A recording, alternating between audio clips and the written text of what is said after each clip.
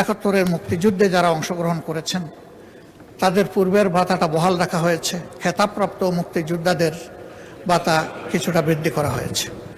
আমি অনুরোধ করব সকলেরটা বৃদ্ধি করে দেন। প্রয়োজন সবার আছে। খেতাব যারা পেয়েছেন তাদেরকে তো জাতি আলাদা সম্মান করে, কিন্তু প্রয়োজনটা আছে সবার। এই জন্য সবাইকে এই জায়গায় সম্মানের জায়গায় আমরা নিয়ে আসি। গত 17.5 বছরে যত মানুষ জুলুমের শিকার হয়েছে, এমনকি 28 অক্টোবর থেকে, 28 অক্টোবর শুধু জামাতের লোকেরা নিহত হয় নাই, একদিনে 34 জন মানুষ বিরোধী দলের নিহত হয়েছিল। তার মধ্যে 14 জন জামাত ইসলামের, 20 জন বিএনপির। পল্টনের ঘটনাটা ছিল সবচাইতে লোমহর্ষক, হৃদয় বিদারক, অমানবিক, পাশবিক। এই জন্য এইটা রেকর্ডে গিয়েছে। নন ইনভার্টার এসির দামে ঘরে আনুন বিদ্যুৎ সাশ্রয়ী ইনভার্টার এসি। এখন 1.5 ton my one inverter AC মাত্র 48,900 টাকা পাওয়া যাচ্ছে মিনিস্টার শোরুমে। তাদেরকেও এই মজলুমের তালিকায় এনে 17.5 বছরে যারা খুন এবং গুমের শিকার হয়েছেন তাদের সকলকে বিবেচনায় আনা দরকার। জুলাই আন্দোলনে জুলাই যোদ্ধাদের যে সম্মান দেখানো হয়েছে, বিগত সরকার এটা দেখিয়েছে।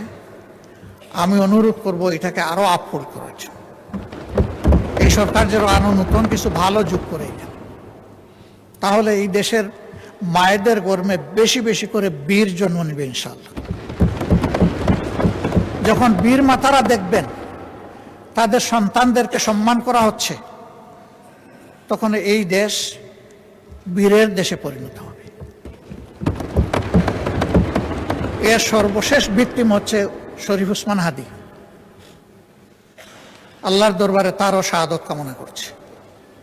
এই সবগুলার শুধু সামাজিক মূল্যায়ন নয়, বিচারিক মূল্যায়ন হতে হবে। সব কালপিটদেরকে, সে যত বড় যত উচ্চ মাপের হোক, তাদেরকে বিচারের আওতায় আনতে হবে।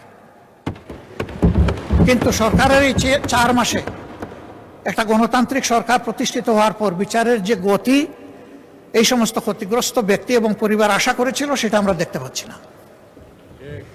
আমরা দৃশ্যমান অগ্রগতি দেখতে চাই এই বিচারে।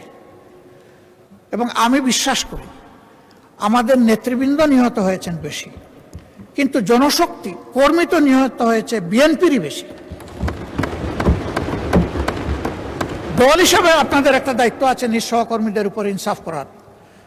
সরকার হিসাবে দায়িত্ব আছে সারা দেশবাসী মজলুমদের উপর ইনসাফ করার। সেই ইনসাফটা আপনারা নিশ্চিত করেন। আমরা ইনসাফের কিছু তারতম্য দেখছি, সহযোগিতার জন্য দৃষ্টি আকর্ষণ করছি।